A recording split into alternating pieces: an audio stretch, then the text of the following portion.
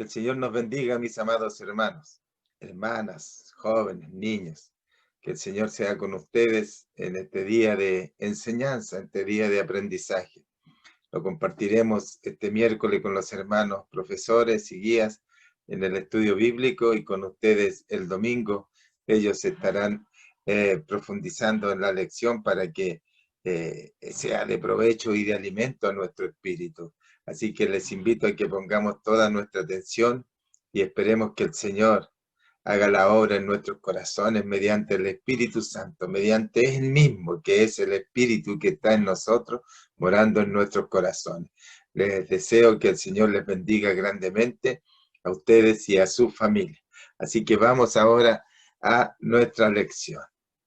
Estamos en la lección número 1 del libro de Ezequiel, del profeta Ezequiel, y esta se llama el llamamiento de Ezequiel. Estamos viendo todo lo relacionado con su llamamiento, cómo el Señor lo llama de una forma sobrenatural, ¿cierto? Las visiones que Él le da para que Ezequiel comprenda y entienda que el Dios al que le sirve no es cualquier ser, es omnisciente, omnipotente, omnipresente. Él todo lo puede, está en todas partes y todo lo sabe. Así que ese es nuestro Dios y esa debe ser nuestra confianza y tranquilidad.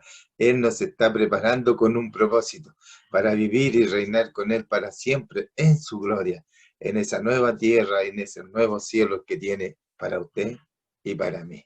Ezequiel 2, versículos 6 y 7 veremos en esta clase número 2. Y lo que no debemos olvidar, anunciar la palabra de Dios no es una tarea fácil ni popular, requiere templanza y fidelidad. Los objetivos que los vimos en la clase pasada, ustedes también deben tenerlos presentes, es lo que nosotros debemos alcanzar con estas 3 lecciones, ¿cierto? Debemos comprender que Dios tiene propósitos con nosotros, con usted, conmigo, y Él levanta siervos suyos para decirle al pueblo cuál es su condición, cómo se encuentran. Así que usted debe valorar el ministerio de los siervos de Dios, los pastores, los evangelistas, los que enseñan. Todos estos son ministerios y muchos otros más, porque todos en una o en otra forma somos siervos de Dios para cumplir una labor dentro del cuerpo de Cristo que es la iglesia. Así que nadie se tiene que sentir superior, ni tampoco sentirse menoscabado, porque según él o ella puede realizar una misión o una labor dentro del cuerpo de Cristo que tal vez no le agrada o la considera que es menor. No, como lo vimos en el mensaje del domingo pasado, cada órgano, cada miembro de nuestro cuerpo cumple una función para la cual el Señor le ha dado un propósito. Así que lo que sea que tengamos que hacer en la hora del Señor, glorifiquemos su nombre, alabémosle, porque nada es insignificante. El cuerpo es una armonía, es una coordinación de todos los miembros y la iglesia debe ser lo mismo, ¿cierto? Así que alegrémonos cuando tengamos que realizar actividades y llevar adelante algún ministerio, alguna responsabilidad que nos da. Él para eso nos llamó. Él nos llamó para eso. Tenemos que cumplir una labor aquí en la tierra. Adán y Eva, Dios les dio el huerto del paraíso para que lo cultivaran, lo administraran y con todo eso que Dios puso a su disposición, ellos tenían que cubrir toda la tierra. Y no lo hicieron. ¿Por qué? Porque desobedecieron y truncaron el plan de Dios, que Él igual lo está llevando adelante. Nosotros no lo percibimos, pero Dios tiene un propósito definido y está avanzando al cumplimiento de ese propósito. Y nosotros estamos también avanzando con ese plan de Dios y no nos damos cuenta. Pero sí, cuando Él comienza a abrirnos el entendimiento, vamos comprendiendo y entendiendo lo que Dios está haciendo en el mundo, en el universo y en nuestra vida, ¿cierto? Así que también ustedes deben sensibilizarse y sensibilizar a otros para que demos testimonio de esta verdad. El mundo no la conoce porque no conoce a Dios. No leen la Biblia porque no les interesa conocer a Dios, porque la Biblia tiene normas, tiene mandamientos, tiene preceptos que Dios ha establecido para que los hombres vivan de acuerdo a esos preceptos que Dios quiere que apliquemos en nuestra vida. Entonces, como al hombre le gusta vivir como a él le place, no lee la Biblia, no la escudriña, no la estudia, y si no lo hace, nunca podrá conocer a Dios, porque la palabra de Dios, es el mismo. Paréntesis, eh, cuando Juan comienza en su evangelio, dice, en el principio era el verbo era con Dios, y el verbo era Dios.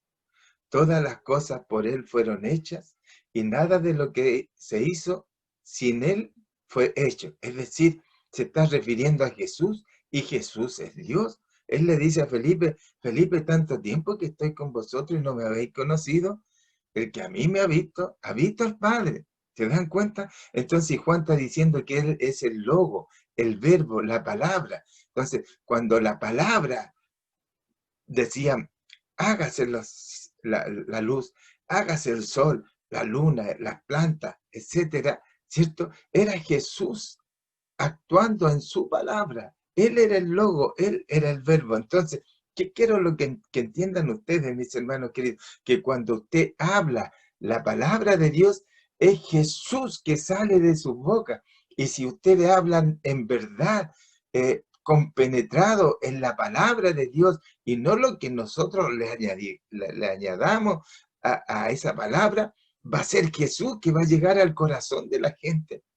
Es la palabra, Jesús es la palabra, Él es el verbo. Entonces, esta palabra que nosotros estudiamos, estamos conociendo a Cristo, estamos conociendo a Dios, estamos conociendo al Espíritu Santo. Él se nos está revelando por ella. Él es el logo, Él es el verbo desde el principio, y en ella está la vida. Por eso que es lumbrera, es lámpara, es el camino, es todo la palabra para nosotros, y con ella debemos alimentarnos con mayor necesidad que con el pan, con el alimento para este cuerpo, porque de ella dependerá nuestro futuro, nuestra eternidad. Sí, así que es importante que comprendamos y alcancemos estos objetivos de estas lecciones, de esta clase, ¿cierto? Para que nosotros tengamos claro cómo debemos caminar y conozcamos la voluntad de Dios. Y más encima, no sacamos nada con conocerla si no la obedecemos.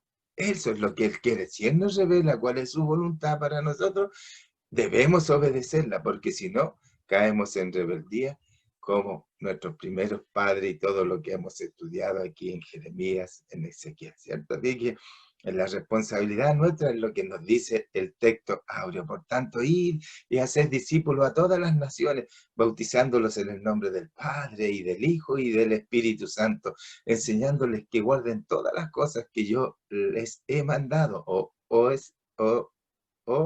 os he mandado. Y aquí yo estoy con vosotros todos los días hasta el fin del mundo. Amén. Amén, diga usted. Jesús está con usted. Jesús está conmigo. Asumamos que vivimos en una naturaleza contaminada, en una naturaleza deficiente por causa del pecado. Pero eso va a pasar, hermano. Cuando Cristo venga, esto quedará todo atrás y tendremos un cuerpo glorificado como el de Él. Así que ánimo, vamos adelante, no desmayemos, que seamos obedientes como Jeremías, como Ezequiel, como todos sus siervos, no como la mayor parte del pueblo que desobedeció y tuvo que sufrir el castigo, las consecuencias de la desobediencia, ¿cierto? Nosotros sabemos ya las consecuencias de lo que significa desobedecer. Es alejarse de Dios, es que Dios no resiste el pecado, y la desobediencia es pecado delante de Dios. Así que si queremos estar en comunión con Dios, obedezcámosles a Él. Entendamos que somos parte de su pueblo, del cuerpo de Cristo, y que nadie es más ni nadie es menos. Aquí somos todos iguales, aunque Él estableció un orden para que las cosas se realicen en armonía y en beneficio de todos y no de uno propio. En la iglesia debe ser así, así que todos somos uno. El Señor nos bendiga y nos ayude, ¿cierto?, a practicar estas cosas. El bosquejo de la lección, como ya lo vimos la semana pasada, esta clase de Dios número 2 dice que Ezequiel debía tener valor y carácter, fortaleza, no amedrentarse, un carácter firme, decidido, aunque andando entre escorpiones y con un pueblo insensible a su anuncio. ¿Usted piensa que a usted no le escuchan, que no le ponen atención? A ellos tampoco, a Jeremías, a Ezequiel, eran pocos los que le escuchaban, ¿cierto? Pero uno que escuche, ya habremos hecho nuestro trabajo. Recordemos que el llamado de Dios al ministerio implica dedicación y fidelidad. No es solo un día a la semana, no es cuando yo quiero, es permanente, es una dedicación, es una vida, una conmovisión en armonía, en comunión con Dios. Y eso es permanente, es continuo. Y debemos ser fieles, fieles a Él, porque Él es fiel. Así que ese es el llamado de Dios cuando nos llama a este ministerio, y no a los pastores o a los diáconos, a todos nos llama a este ministerio de la obra de Dios que nos responsabiliza para tener una dedicación y una fidelidad total a este llamado que el Señor nos hace. Para anunciar la palabra de Dios y ser instrumento en sus manos, el instrumento, debe ser equipado por el Espíritu Santo y conocer las Escrituras conforme a la voluntad de Dios.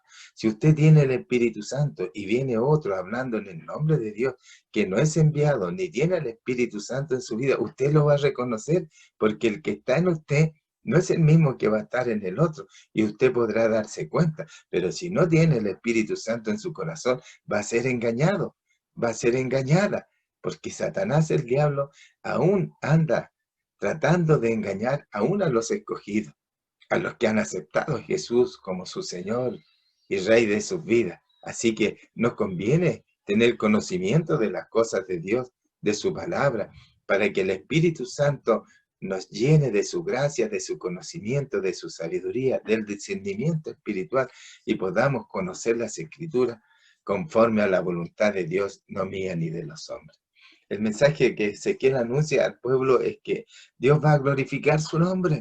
Israel lo había despreciado y difamado por generaciones, todos hablaban mal del Dios de Israel ya, porque ellos se habían coludido con los dioses falsos de las naciones vecinas, ¿cierto? Y ya Dios los estaba dejando solos. El pueblo del norte había desaparecido porque lo habían llevado cautivo los asirios. Ahora ellos, ¿cierto? O sea, estaban la fama que Dios tenía desde que los sacó de Egipto para los pueblos que vivían alrededor, era tremenda. Glorificaban al Dios de Israel, pero ellos lo habían despreciado.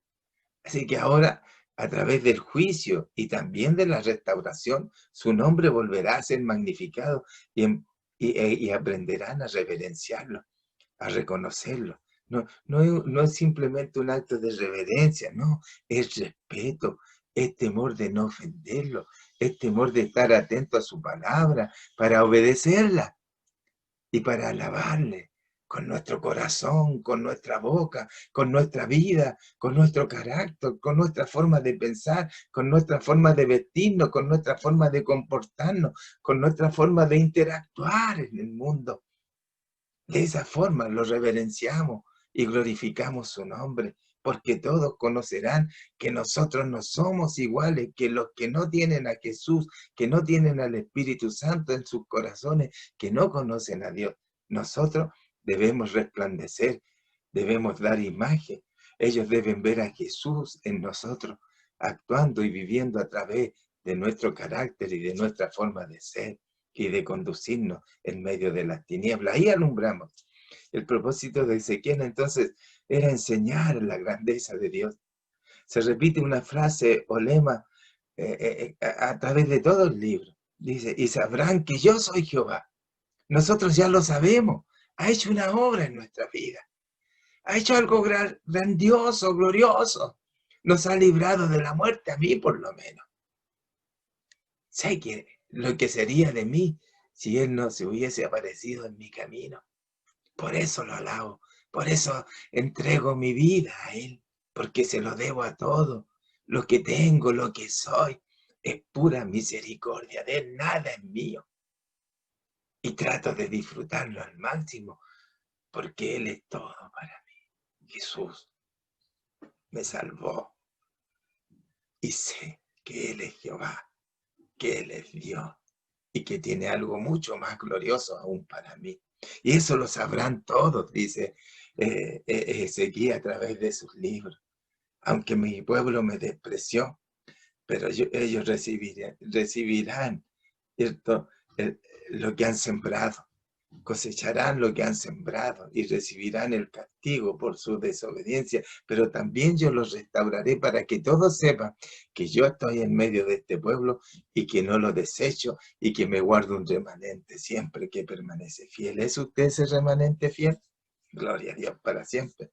La repetición de esta frase, y sabrán que yo soy Jehová, ¿cierto?, sirve para llamar la atención por no haber respondido adecuadamente a la grandeza de Dios. El tema se repite tanto al referirse al juicio como a la restauración. A través de todo el libro, Dios está usando el juicio y la restauración como lecciones visuales y prácticas para enseñarles quién es Él y para enseñarnos a nosotros también. Debemos ser sensibles. Dios nos da, aprendamos de estas lecciones del pueblo. Hoy día nosotros, la iglesia, es el pueblo de Dios y pareciera que estamos viviendo como los habitantes de Judá. No, que seamos como ese remanente fiel que obedece a la palabra de Dios aunque sea difícil. Los dos aspectos revelan que Dios, tanto el juicio y la restauración, ¿cierto?, revelan que Dios es misericordioso, pero también santo y que no tolera el pecado. Ese es nuestro Dios. Pensemos un poco. Nosotros no debemos imitar el ejemplo de Israel siguiendo falsos dioses.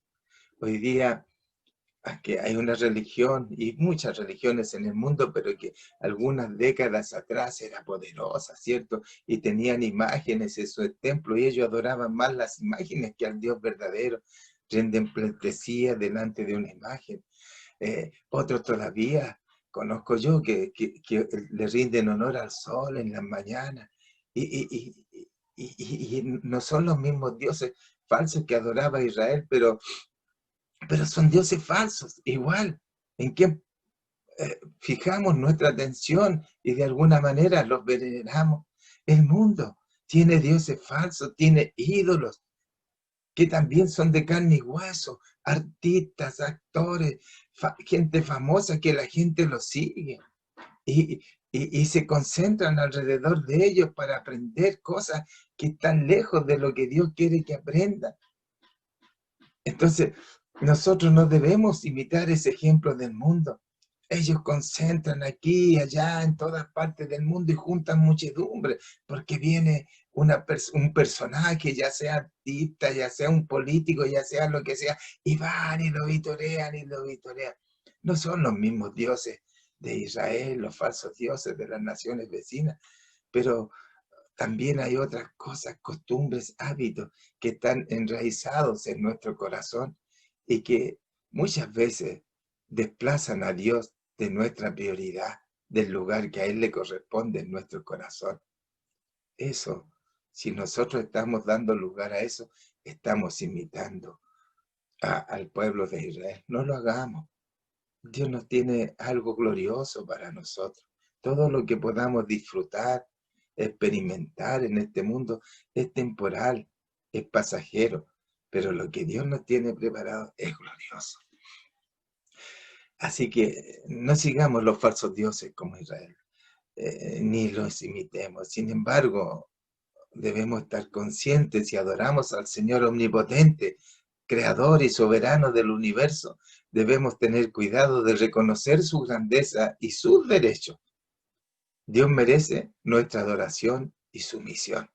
Es lo que nos pide, obediencia.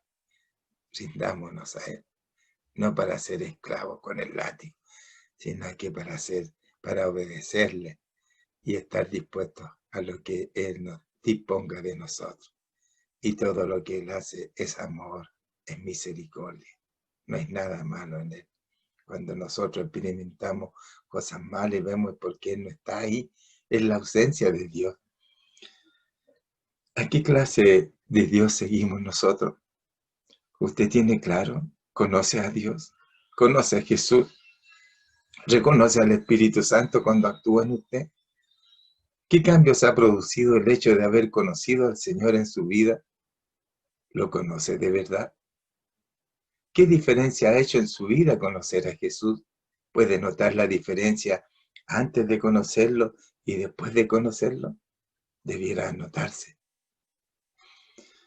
¿Qué espera Él que usted haga como respuesta lógica a la revelación de su grandeza?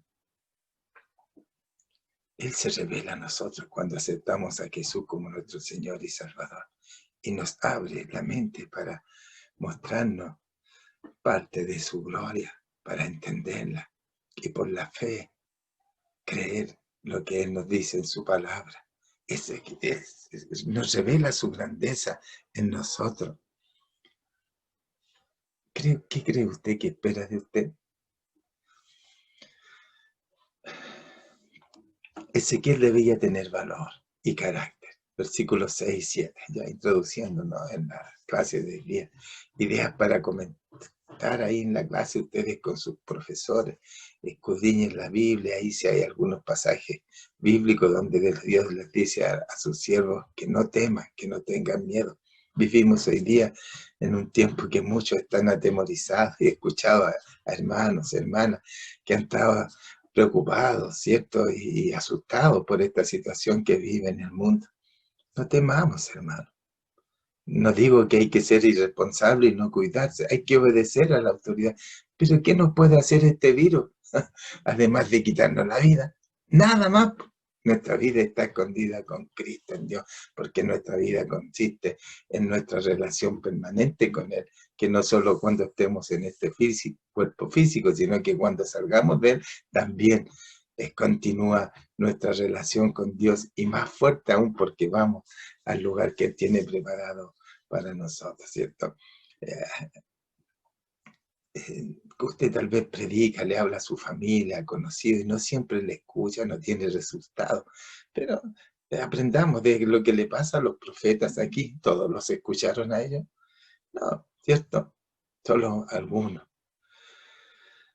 Y bueno, ahí con entre ustedes comenten algunas ideas ahí que les sirva de edificación y para complementar esta enseñanza y para grabarla más firme en nuestro corazón. Cuando en la palabra, en el libro, ¿cierto? Se refiere hijo de hombre, cuando Dios le habla a Ezequiel. En hebreo, la palabra es Ben Adam, hijo de hombre. Esta frase dirigida a un profeta ocurre únicamente en Ezequiel y Daniel. En Ezequiel ocurre alrededor de 80 veces. Por medio de esta frase se le recuerda a Ezequiel que él es simplemente un ser humano, lleno de imperfección y limitación, igual que nosotros. Así que si el Señor lo usa para profetizar, para hablar de Él y llevar su palabra como un heraldo, no se crea, siga siendo humilde, porque eso le quiere decir a Ezequiel, te he revelado visiones que nadie ha visto y que nadie conoce, solo tú, ¿cierto? Ha visto la gloria, el resplandor de Dios en su carro, con toda esta imagen que Él nos revela en su libro, pero eso no te debe hacer más grande que nadie. Eres hijo de hombre, débil, imperfecto, pero yo te estoy revelando estas cosas, así que hazlo con humildad. Su tema, aún andando entre escorpiones. El ministerio del profeta se basa en el trasfondo histórico del pueblo escogido, pecado e idolatría, a quien debe comunicarle el mensaje de Dios, es decir, el juicio venidero, lo cual tenía un propósito, ¿cuál? Motivarles a arrepentirse. ¡Qué público! La tarea de Ezequiel es difícil, pero el Señor lo anima. Aunque ya no sean el lirio, el olivo, el trigo, ni la vid, como lo compara en Oseas 14, del 4 al 8, sino zarzas y espinos y escorpiones.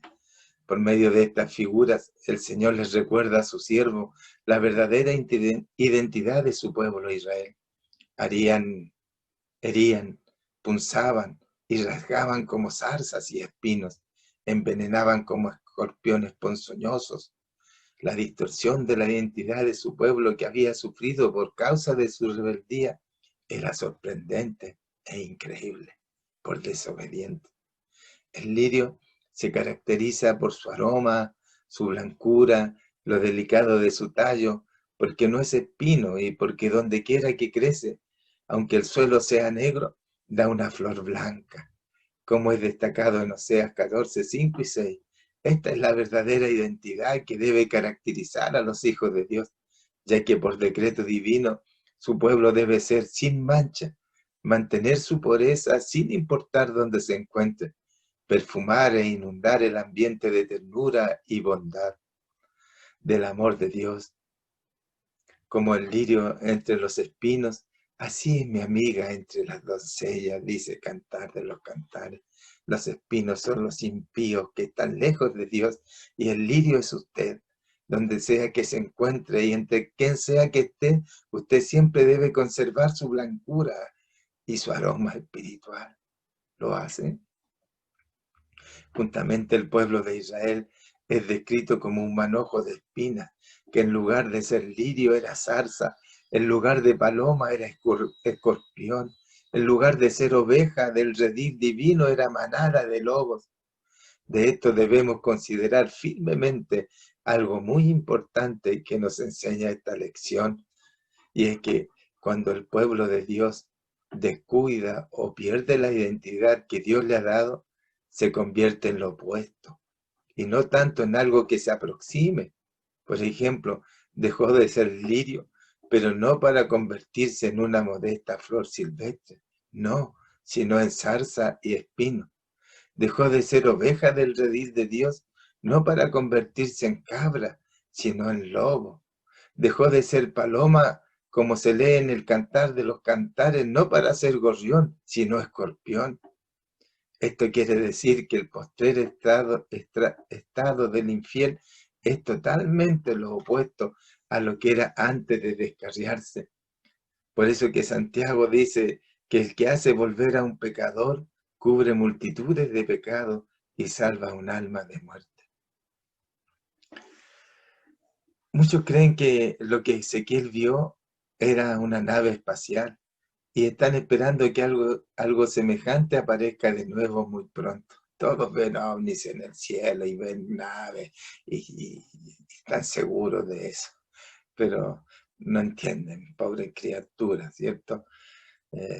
Y algunos se basan en esta visión de Ezequiel para hablar de esas cosas, pero lo que Dios estaba haciendo, el propósito de él con Ezequiel era otro. Ezequiel, por su parte, sabía muy bien que era una visión del carruaje de Dios que nos enseña no que Dios necesita un vehículo para transportarse, no, sino que Él puede llegar a cualquier punto del mundo en un instante. Las visiones de la Biblia no son fotografías de algo que existe, sino símbolos de un concepto espiritual o intelectual. Siempre que Dios nos manifiesta, nos revela algo a través de alguna visión, alguna imagen, habrá un simbolismo que signifique o represente un mensaje de lo que Dios quiere mostrarnos a nosotros. Y ahí es donde debemos tener discernimiento espiritual para que el Espíritu Santo nos dé la comprensión de lo que Dios pueda mostrarnos. No es lo que a mí se me ocurre, es lo que el Espíritu Santo tiene que revelarme a mí, porque es un mensaje de Dios, en el lenguaje de Dios, que muchas veces es simbólico, como el caso de Ezequiel aquí, ¿cierto? Pero que él entiende perfectamente. Dios está en todas partes, es omnipresente, Él todo lo sabe, es omnisciente, Él todo lo puede, es omnipotente, nada imposible hay para Él. Entonces son cosas que nosotros debemos entender, pero si no conocemos a Dios, es decir, comillas, si no conocemos su palabra, ¿cómo lo conoceremos? La palabra es Dios, la palabra es Jesús. En el principio era el verbo, en el principio era el logo. Todas las cosas por Él fueron hechas y nada fue hecho sin Él. Jesús. Dicen que Abraham Lincoln, presidente de los Estados Unidos de América durante la Guerra Civil, 2 veces tuvo el sueño de un velero grande, negro, que salía de la niebla. La primera vez fue antes de una de las batallas que costó más vida en un solo día que ninguna otra en esa guerra civil. La segunda vez que tuvo la visión de este velero fue la noche antes de que lo asesinaran. Seguramente él estaba teniendo, como muchas veces Dios lo hace, ¿cierto? está mostrando lo que va a suceder a las personas. Y quedó escrito esto porque nos sirve a nosotros también, que debemos estar atentos cuando Dios habla a través de imágenes, a través de sueños o de visiones. Pero no es a cualquiera y todo debe estar de acuerdo con su palabra, como lo estamos viendo ahora. No es llegar y decir todo un sueño. Hasta como un pastor nuestro obispo Javier decía, hasta los perros sueñan, ¿cierto? Entonces, no todos los sueños son de Dios, pero nosotros debemos estar atentos a eso. B, con un pueblo insensato e insensible a su anuncio. El pueblo era rebelde, como lo vimos en el punto anterior, y ponzoñoso como escorpiones, ¿cierto? Tenía sus pinzas ahí con veneno mortal. Y además era un pueblo insensible al anuncio, no escuchaba, no entendía. ¿Cómo estamos nosotros? ¿Queremos escuchar? ¿Estamos entendiendo? El Señor no le da ni siquiera una esperanza a Ezequiel de que lo van a escuchar. Tal vez a nosotros tampoco, pero sí cumplirá la misión. Y nosotros también debemos cumplirla. Porque cuando llegue aquel día, todos sabrán que hubo profeta entre ellos y no podrán alegar ignorancia. Cuando Jesús regrese, todos sabrán que alguien les anunció y ellos no quisieron oír. El ministerio del predicador es así. Él le manda a hablar, pero no da ninguna garantía del resultado. Este queda entre el oyente y Dios, entre el que recibe la palabra y Dios. A Ezequiel le asegura que no le harán caso. Sin embargo, él tiene que ir y hablarle. Usted también, yo también. No obstante las circunstancias, el Señor le insta, al igual que Jeremías, a no temer, a tener valor. Aquí encontramos una verdad que con frecuencia es omitida.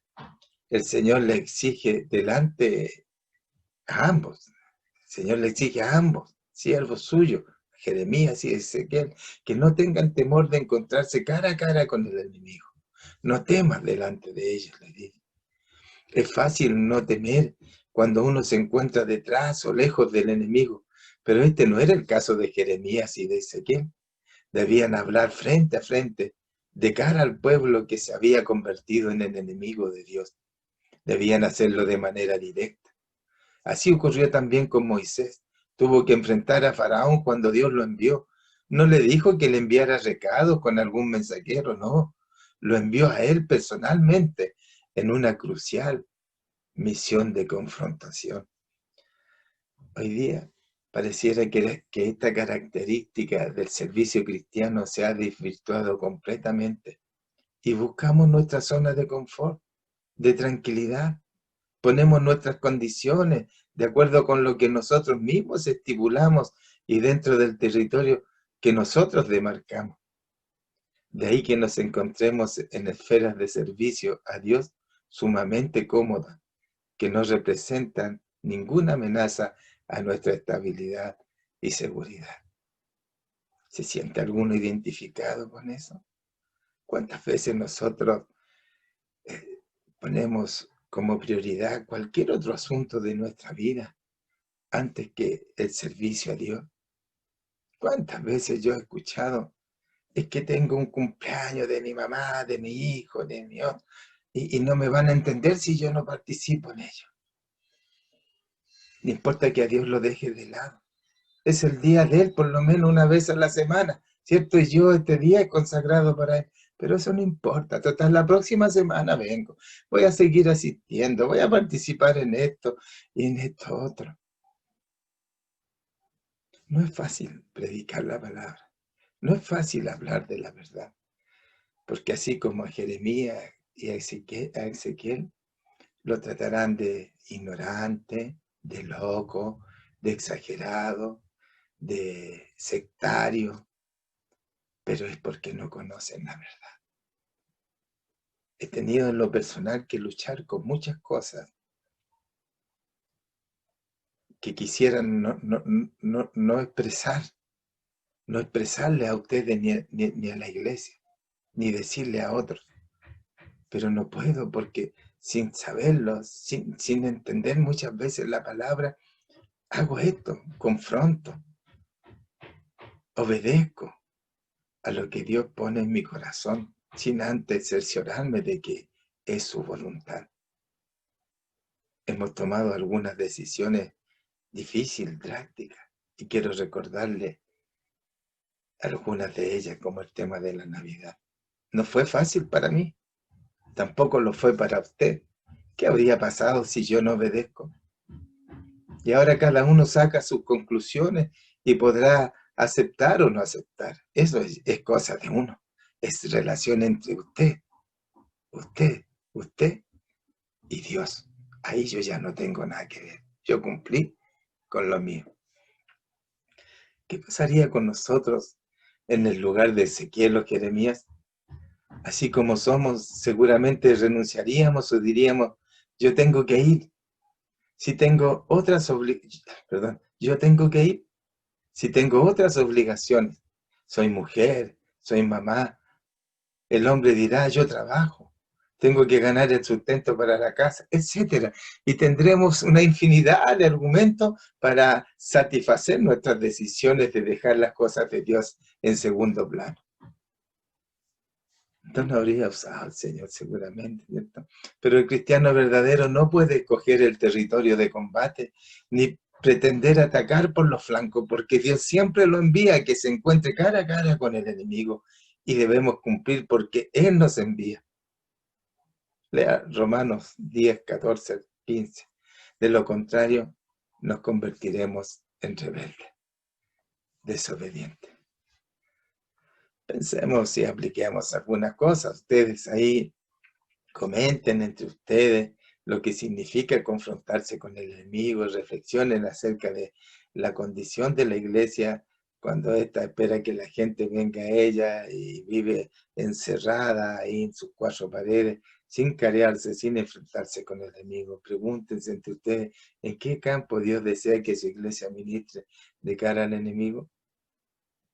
¿No estará enviando el Señor o no estará llamando adentro? Piensen, comenten y compartan entre ustedes porque eso les hará bien para su crecimiento y desarrollo espiritual. No teman equivocarse porque el Señor está, el Maestro, Jesús, el Espíritu Santo está en medio de ustedes y Él nos enseñará y nos guiará a toda verdad y a toda justicia. Así que deseo que el Señor les bendiga grandemente esta clase de hoy día de la lección número 1 del llamamiento de Ezequiel sea de mucho provecho para usted, para que entiendan cuál es el llamamiento que Dios le ha hecho a usted, el propósito que Dios tiene con usted. Un abrazo, Señor les bendiga, bendiga a usted y toda su familia, y en todo lo que haga, Él le prospere. Nos vemos en el culto a las 7. Dios les bendiga.